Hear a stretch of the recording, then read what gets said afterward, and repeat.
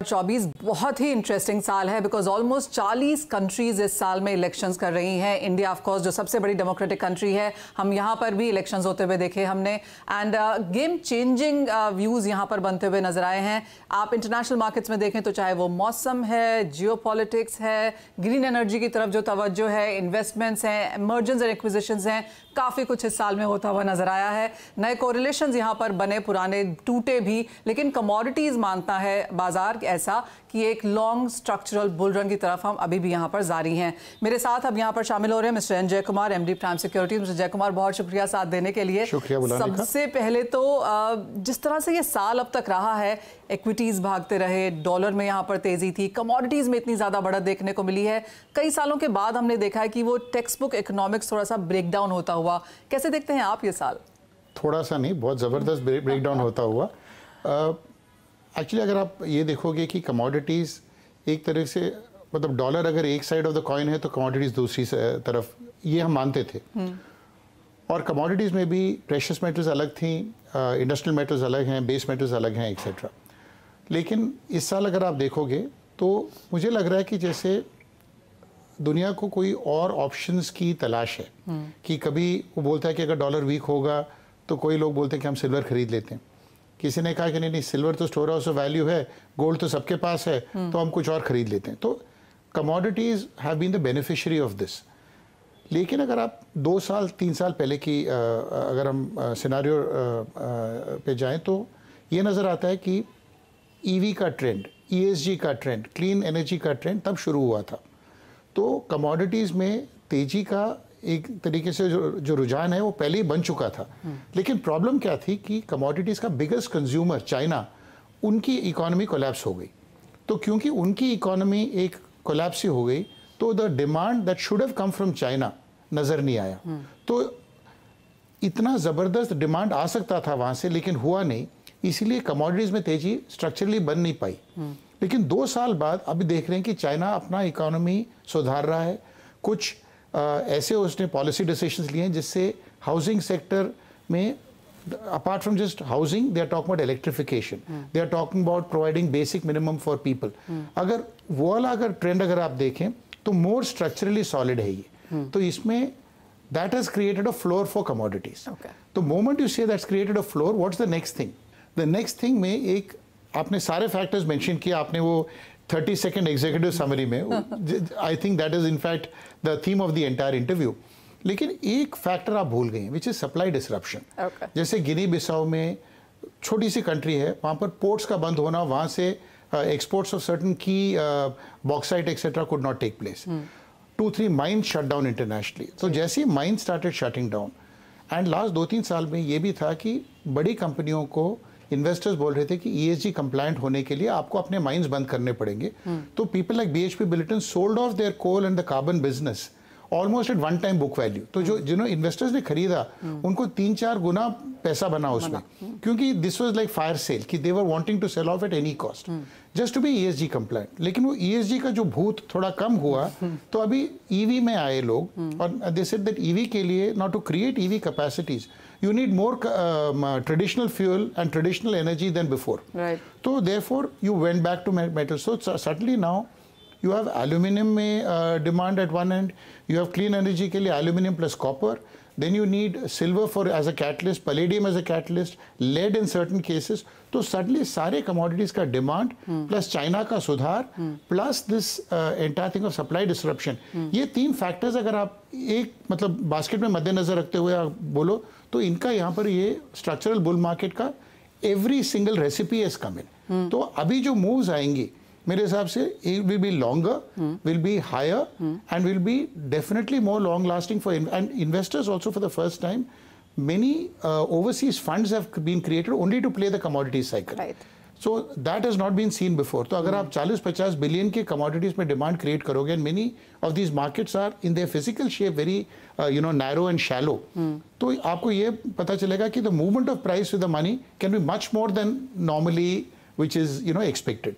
तो this is the kind of 3-4, मतलब it's a long answer to a छोटा सा question, but answer had to be in the context. No, आपने बहुत इसको बेहतरीन तरीके से एक्सप्लेन किया, यू आर वेरी राइट। क्योंकि अगर हम 4-5-6 साल पहले भी अगर देख लें तो एक्चुअली जो कमोडिटी डेस्क थे वो बंद हो रहे थे, फंड्स जो कमोडिटी सेक्टर था वहाँ पे बहुत इन्वेस्ट नहीं कर रहा था, लेकिन सडनली हमने बहुत स्ट्रॉन्ग रश यहाँ पर आता हुआ देखा है। I take it once in a time.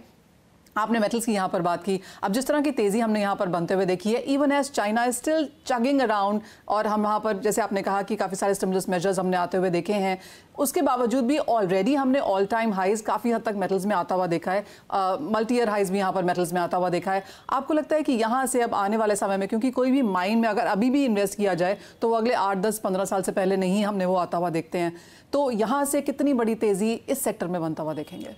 Actually इसमें फॉर इंडिविजुअल्स टू प्ले, ये इंटेलेक्चुअल डिस्कशन के लिए बहुत बढ़िया है, लेकिन आपके जो दर्शक हैं वो ये चाहेंगे कि भाई ये कैसे खेला जाए, क्योंकि इंडिविजुअल्स तो कोई जाके कॉपर खरीद नहीं पाएगा, गोल्ड सिल्वर तक तो ठीक है, वो I don't have to teach anybody, the Indian housewife. पर आपको लगता है कि ये इंडिया में बहुत रिस्ट्रिक्टेड है, क्योंकि ग्लोबल मार्केट्स में हम देखते हैं कि वहां पर जो इन्वेस्टर्स हैं वो ज्यादा सेवी हैं, इंडिया में हम देखते हैं कि कमोडिटी को बहुत नीश माना जाता है। सेवी भी नहीं है, उनकी अपॉर्चुनिटीज हैं, क्योंकि ETFs are there, people can play the silver ETF, they can play gold miners, they can play silver miners, these can be played, they are actually bought and sold, you know, should I say not indices but let's say baskets.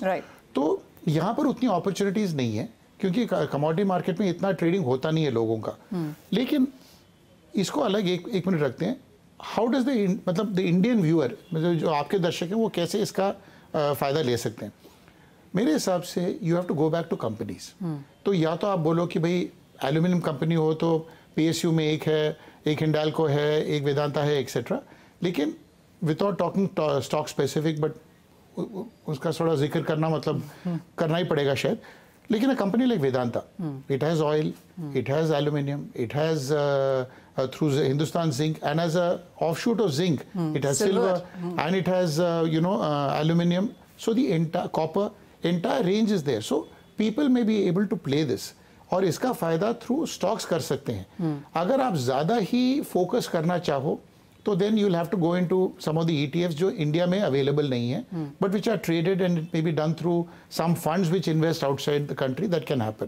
Plus LRS के through करना पड़ेगा, it's a little more complicated, इतना entry exit भी इतना easy नहीं है। लेकिन एक चीज़ पक्का है, अगर आप 4-5-7 साल का ये व्यू लेते हो और इसमें तेजी बनने का अगर आपको आपका थीसिस है, तो मेरे हिसाब से इवन एंट्री एग्जिट कॉम्प्लिकेटेड भी हो, लेकिन you should invest in those. जैसे अभी भी सिल्वर 32 के आसपास है, जो 23-24 हुआ करता था, मूवमेंट कुछ भी नहीं है। अगर आप इंटरनेशनल वो पढ़ो, क्योंकि जो मार्केट्स हैं, फिजिकल मार्केट्स, और दिस इज इंपॉर्टेंट, जो mining activity use to be linked to the actual physical production. Oil ही ऐसा मार्केट है जिसमें the physical market is sizable, लेकिन जो फ्यूचर्स मार्केट है वो उससे 50 गुना बड़ा है जैसे होना चाहिए, लेकिन और उसमें कोई लिमिट्स भी नहीं है, तो कौन क्या पोजीशन ले रहा है नोबडी नोज। लेकिन in some of the things like the commodities, physical market is quite linked to the futures market. तो अगर उसमें बड़ा पैसा 30-40 बिलियन एक कमोडिटी में आ जाए तो उसको डिसरप्ट हो सकता है, प्राइस डिस्टॉर्शंस कैन हैपन। तो that is the other thing we need to be clear about. But एक और चीज़ है कमोडिटीज़ में, जैसे यू फिजिकली स्टार्ट माइनिंग, अगर आपको लगता है कि आउटपुट प्राइस आर, जैसे सिल्वर है 32 में है, तो the activity is much more then what it was earlier. अगर 32 का 35 हो जाए या 35 का 50 हो जाए, तो the amount of mining that can happen is also going to increase, जो फिजिकली स्टॉक्स में नहीं होता है, कमोडिटीज में होता है। In fact there is an old, मैं एक उदाहरण दूंगा कि the difference between stocks and commodities.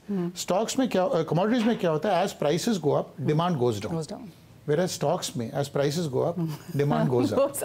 So this is human psychology, right?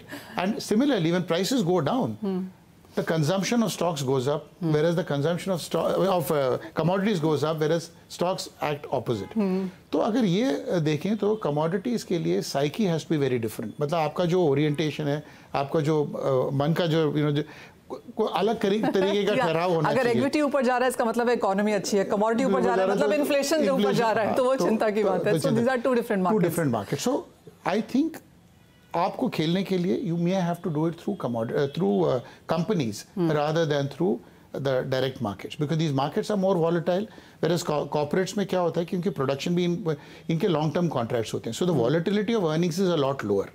तो ये सब है मतलब, but I think if you ask my opinion, I think the dollar weakening theme जो है, if it remains in the 100 to 104 range, एक तरीके का लॉन्ग टर्म मार्केट है. बिलो 100 आई थिंक इज अंधाधुंध तेजी फॉर कमोडिटीज.